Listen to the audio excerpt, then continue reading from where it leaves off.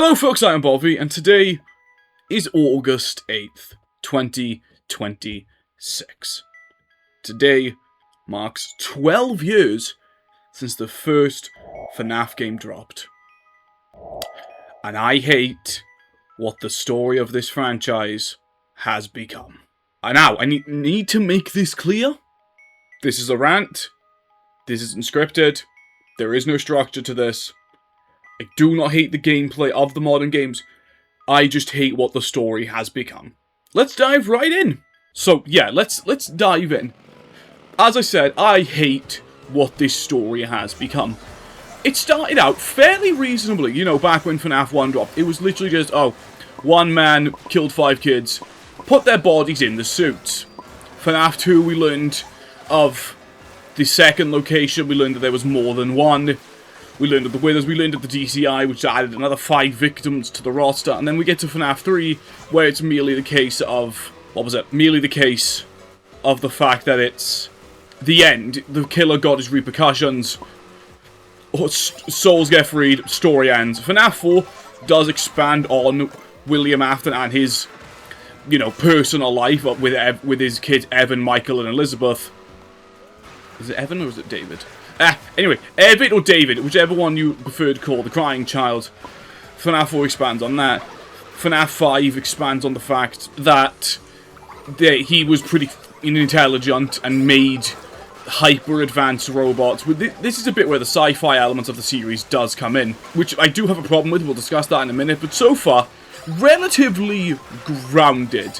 It felt decently there, like, oh, you know, it was a bit it was a bit nuts, but then it was things. And then we get to Game 6 in the novels. What happened? The Silver Eyes novels introduced, what was it? Hallucinogenic chips that played a special sound that, you know, alters people's brains. Like the first book, The Silver Eyes, is relatively grounded. Given all the things, The Silver Eyes is relatively grounded. Then we get to the Twisted Ones, these mind-altering sound chips with animatronics that can hide in the ground, and just goes off the rails. What else? I really should have written some of these parts down, but I didn't want to. I felt it was best just to get all this off my chest. Then we get to the fourth closet. What? And like, that's another thing. FNAF's story around this time started to get more and more into the sci-fi element. Okay, that's fine if it was done well. It was not done well. The mind-altering sound chips made no sense whatsoever. Genuinely, they are the most, I think, half-assed. I think they were the most half-assed things in this franchise at the time. And it just doesn't make any sense. Like, oh, these chips play a specific frequency that turn animatronic shells into horrific nightmare versions. Oh, okay. And then we get to the fourth closet. And William's, like, insane quest for immortality to combined robots. And the whole thing with the Elizabeth bot being another version of Charlie. Anyway, enough about the books. Back to the games. We get to FNAF 6, which felt like a nice, nearly finishing cap for the series. You know, all the animatronics burn, all the souls set free. Yes, the sci-fi elements were there. They were there in mass, looking at you, egg baby. And, like, the whole, I don't think Remnant was introduced then, was it? No. And then the whole thing of, that was fine. Yeah, all the souls burn, all the souls set free. Everyone who needed to be gone was gone. And then we got to Ultimate Custom Night, which Ultimate Custom Night does feel like a legitimately nice end to the story. It shows us that William Afton is condemned to the fiery pits of hell for all time for his crimes. Great, great, great. Now, this is the part where I absolutely hate what the story, where I actively just tell why I hate what this story has become. I hate what happens next. Next is Help Wanted. Now, Help Wanted, for all its flaws and issues, Help Wanted's initial premises of Glitchtrap being a weird, like, remnant of Afton and infecting Vanessa's mind sounds neat. It legitimately sounds neat if focusing on the ramifications of Freddy's and everything that happened since, and how people, like, copycat killers and a whole bunch of that. Nope, all of that neat ideas went out the window, and I'll explain in a moment. After Help Wanted came Special Delivery. Special Delivery is at least semi-canon. You know, the emails in it are debatably canon. The cut emails, at least. They're debatably canon, so I'm not going to talk about them, but they are debatably canon as opposed to everything else. Like, yeah, the emails explain how Vanessa affected by glitch trap and all of that.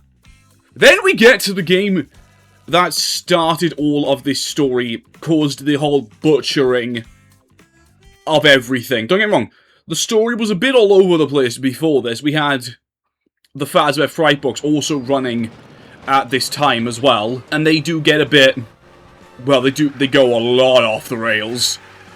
But that's fine. You didn't need to read the Fazbear Fright books to understand major story elements. Security Breach comes along, and suddenly it's, oh, here's an entire, yeah, all of the stuff that you need to understand Security Breach was cut, not cut from Security Breach, was in those emails that I mentioned prior from from Special Delivery, and they all just got cut. Like, if you want to understand the story of Security Breach, good luck. There is so much cut content from Security Breach that its story is just absolutely a mess. Like, in it mentions there are other kids have gone missing. Those kids are never heard from again. Those kids have never been heard from again. The thing of Glitch Trap possessing the animatronics? Nope. The Blob? What the hell was that? That doesn't matter. It's time to go out the window. So much of Security Breach's story is just not there. And it's not even explained in the books very well. Like, why should I have to read supplementary material? Mind you, those Tales books aren't cheap. Like, if you want people to understand supplementary material for your franchise, make it somewhat reasonably priced. I feel the Tales books, I think, are about £9 each, and there's 10 of them. I think it's either 10 or 12, hang on. Yeah, 8 books, as opposed to Fazbear Fright's 11. But you don't really need to read Fazbear Fright to understand the rest of the stories. Like, yeah, the stuff in Fazbear Fright is neat. It does add more context to the book, to the games. But you don't need to read it. You needed to read Tales from the Pizzaplex in order to understand the story going forward. And do you know how much Tales from the Pizzaplex are? If you were to buy them right now on Amazon, they would cost you 69 quid. They would cost you £69 to buy all 8 in a box set. Security Breach was 60 in and of itself. Like, and that's fine. Okay, so they were using the Tales books to introduce the Mimic. I hate the Mimic. I think he's a dumb concept. Like, instead of having the story of Security Breach and the games afterwards being on the legacy of Fazbear Entertainment and the damage it has caused, which was clearly what Help Wanted was setting up, they decided, like, yeah, like, you can see parts of that in Security Breach. You can see parts of that idea in Security Breach. I personally think the Blob is that. It's the remnants of all of Fazbear Entertainment's hate, anger, poison, the dead kids, and all of that furiously combined into one, and, like, meshed together to form that. So why isn't the story currently focusing on that? Why do we need to focus on the Mimic? Like, if you want games set in the past of Fazbear Entertainment, that's fine. Secret of the Mimic could be a good idea. Like, why not have a game set in the Fazbear, like, main building where they make the damn animatronics? You can see how they're made, how William designed them, how there are cavities in them that could fit a child, how they can be used for evil, not whatever Secret of the Mimic was. Like, I genuinely don't know why you have to read 8 books at 69 quid. I'm just going to call it 70. At £70 to understand the games past security breach. I mean, I guess really it's past... What is it? Special delivery. It's past special delivery. Why? And then we get to Ruin. What happens after Ruin? Nope, don't know. Like, the blob is still there in Ruin. It's clearly still a part of the story, because it is in Ruin. It makes a brief, like, it makes a brief appearance in one staircase early on as you're going through the fun house that is Ruin. Because Ruin is a bit like a fun house. Not a fun house, what is it? Like one of those ghost train rides you'll see at a theme park. You know, the kind where you sit in a little cart, you go through, that kind. It is a bit like that. But that's just it.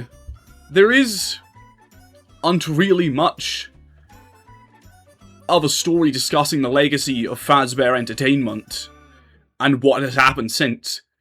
It feels like they're trying to do 2 stories at once. Whatever they've got planned for with the Mimic, and its story, and then the legacy of Fazbear Entertainment. And the 2 of them just aren't meshing together well. The 2 of them are just kind of there. They don't really feel integrated. Like, yeah, technically the Mimic is a part of Fazbear's legacy. You know, it was made by Edwin movie. And that's another thing. Why are we making more new characters for this series? Why are we making more new characters for it? Focus on the already established characters. Flesh them out a bit. You know? But I think I'm done rambling. This is just a mad ramble about this story that I needed to get a few things out. Honestly. Yeah, it's just a bit of a mad ramble. I am going to upload this because I do feel I've made some pretty decent points in this. But I hate the direction this story is going. I think I've liked the story of one FNAF game in a good few years. Like, the story was already off the rails to start with. But over the time, it's just jumped and jumped and jumped and jumped and jumped the shark repeatedly. But yeah, that was my insane rambling. Thank you all for joining me, gang. Leave a like, leave a comment, subscribe if you liked this rambling rant. And until next time, thank you all, goodbye, good afternoon, and good night.